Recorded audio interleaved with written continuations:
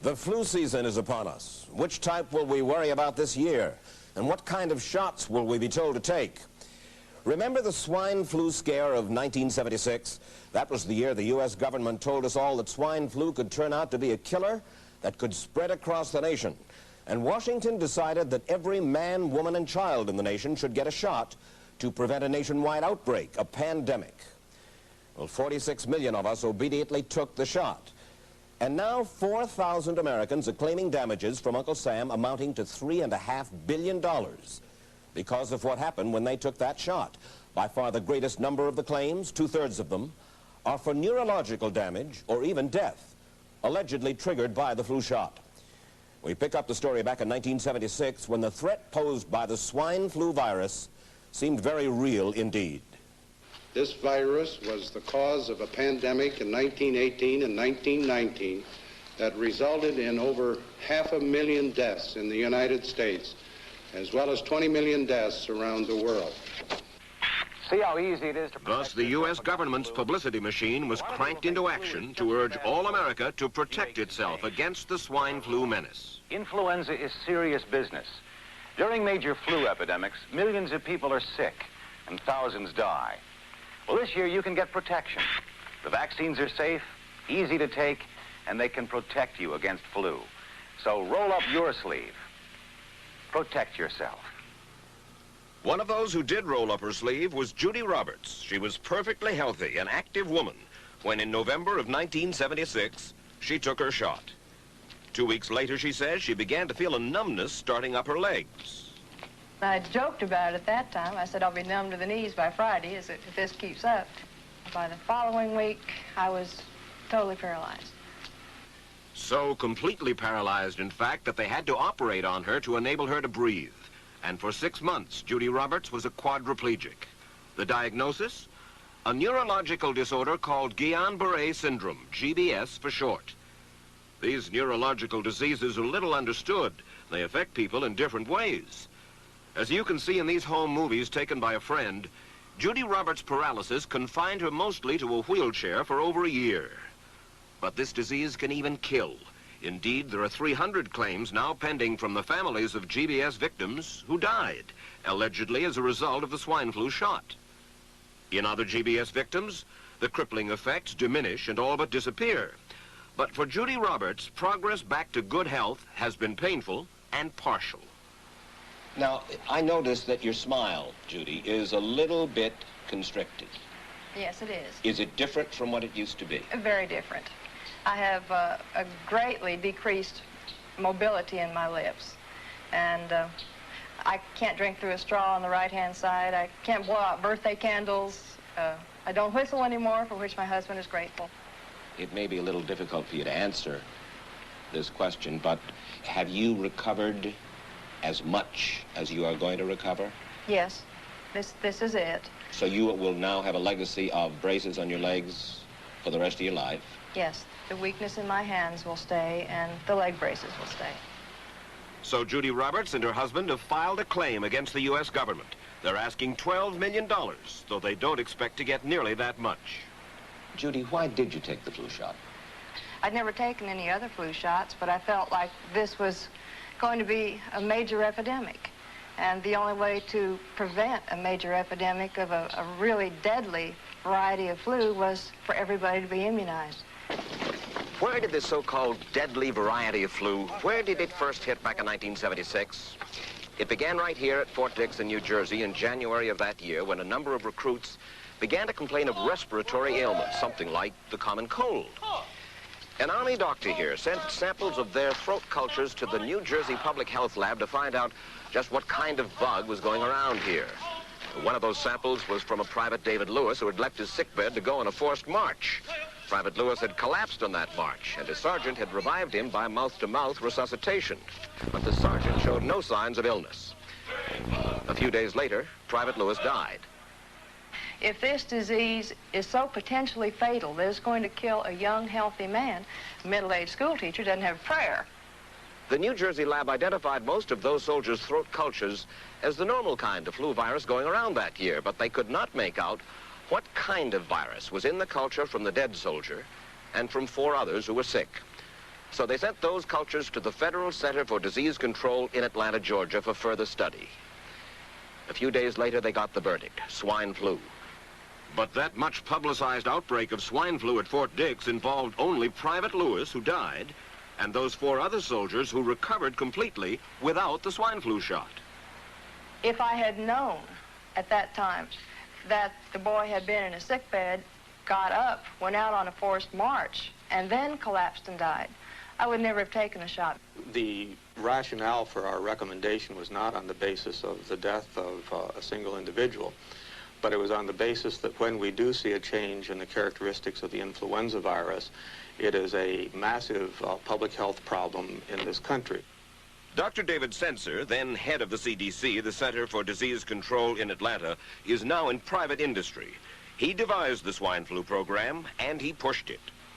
You began to give flu shots to the American people in October of '76. October 1st. By that time, how many cases of swine flu around the world had been reported? There had been several reported, but none confirmed.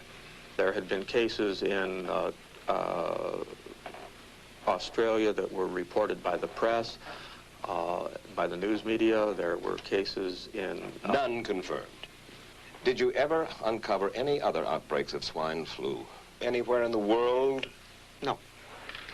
Now, nearly everyone was to receive the shot in a public health facility where a doctor might not be present. Therefore, it was up to the CDC to come up with some kind of official consent form, giving the public all the information it needed about the swine flu shot. This form stated that the swine flu vaccine had been tested. What it didn't say was that after those tests were completed, the scientists developed another vaccine, and that was the one given to most of the 46 million who took the shot. That vaccine was called X53A. Was X53A ever field tested? I can't say. I would have to... It wasn't. I don't know. Well, I would think that you're in charge of the program. I would have to check the records. I haven't looked at this in some time. The information form, the consent form, was also supposed to warn people about any risks of serious complications following the shot. But did it? No, I had never heard of any reactions other than a sore arm, fever, this sort of thing. Judy Roberts' husband, Gene, also took the shot. Yes, I looked at that document. I signed it. Nothing on there said I was going to have a heart attack or I get Guillain-Barré, which I never heard of. What if people from the government, from the Center for Disease Control, what if they had indeed known about it? What would be your feeling? They should have told us. Did anyone ever come to you and say, you know something, fellas? There's the possibility of neurological damage if you get into a mass immunization program? No. No one ever did? No. Do you know Michael Hatwick? Yes. Mm-hmm. Dr. Michael Hatwick directed the surveillance team for the swine flu program at the CDC. His job was to find out what possible complications could arise from taking the shot and to report his findings to those in charge. Did you know ahead of time, Dr. Hatwick, that there had been case reports of neurological disorders, neurological illness, apparently associated with the injection of influenza vaccine? Absolutely. You did? Yes. How'd you know that? By review of the literature. So you told your superiors, the men in charge of the swine flu immunization program, about the possibility of neurological disorders? Absolutely. What would you say if I told you that your superiors say that you never told them about the possibility of neurological complications? That's nonsense. I can't believe that they would say that they did not know that there were neurological illnesses associated with influenza vaccination. That simply is not true. We did know that. I've said that Dr. Hatwick has never told me of his feelings on this subject. Then he's lying. I guess you would have to make that assumption. Then why does this report from your own agency, dated July 1976, list neurological complications as a possibility? I think the consensus of the scientific community was that the evidence relating neurologic disorders to influenza immunization was such that they did not feel that this association was a real one. You didn't feel it was necessary to tell American people that information? I think that over the years we have tried to inform the American people as fully as possible. As part of informing Americans about the swine flu threat, Dr. Sensor's CDC also helped create the advertising to get the public to take the shot. Let me read to you from one of your own agency's memos planning the campaign to urge Americans to take the shot. The swine flu vaccine has been taken by many important persons, he wrote. Example, President Ford, Henry Kissinger, Elton John, Muhammad Ali, Mary Tyler Moore, Rudolph Nureyev, Walter Cronkite, Ralph Nader, Edward Kennedy, etc., etc. True? I'm not familiar with that particular piece of paper, but I do know that at least of that group, President Ford did take the vaccination. Did you talk to these people beforehand to find out if they planned to take the shot? I did not know. Did anybody? I do not know. Did you get permission to use their names in your campaign? I do not know. Mary, did you take a swine flu shot? No, I did not. Did you give them permission to use your name saying that you had or were going to? Absolutely not. Never did. Did you ask your own doctor about taking the swine flu shot? Yes, and at the time he thought it might be a good idea. But I resisted it because I was leery of having the symptoms that sometimes go with that kind of inoculation. So you didn't? No, I didn't. Have you spoken to your doctor since? Yes. And? He's delighted that I didn't take that shot. You're in charge. Somebody's in charge. This is your advertising strategy that I have a copy of here. Who's it signed by? This one is unsigned. But you'll acknowledge that it was your baby, so to speak. It could have been from Department of Health, Education, and Welfare. It could be from CDC. I don't know. I'll be happy to take responsibility for it. It's been 3 years now since you fell ill with GBS, right? Right. Has the federal government, in your estimation, played fair with you about your claim? No, I don't think so. It seems to be dragging on and on and on, and really no end in sight that I can see at this point. With respect to the cases of Guillain-Barré, allegedly... Former Secretary of HEW Joseph Califano, too, was disturbed that there was no end in sight. So a year and a half ago, he promised that Uncle Sam would cut the bureaucratic red tape for victims suffering from GBS and would pay up quickly.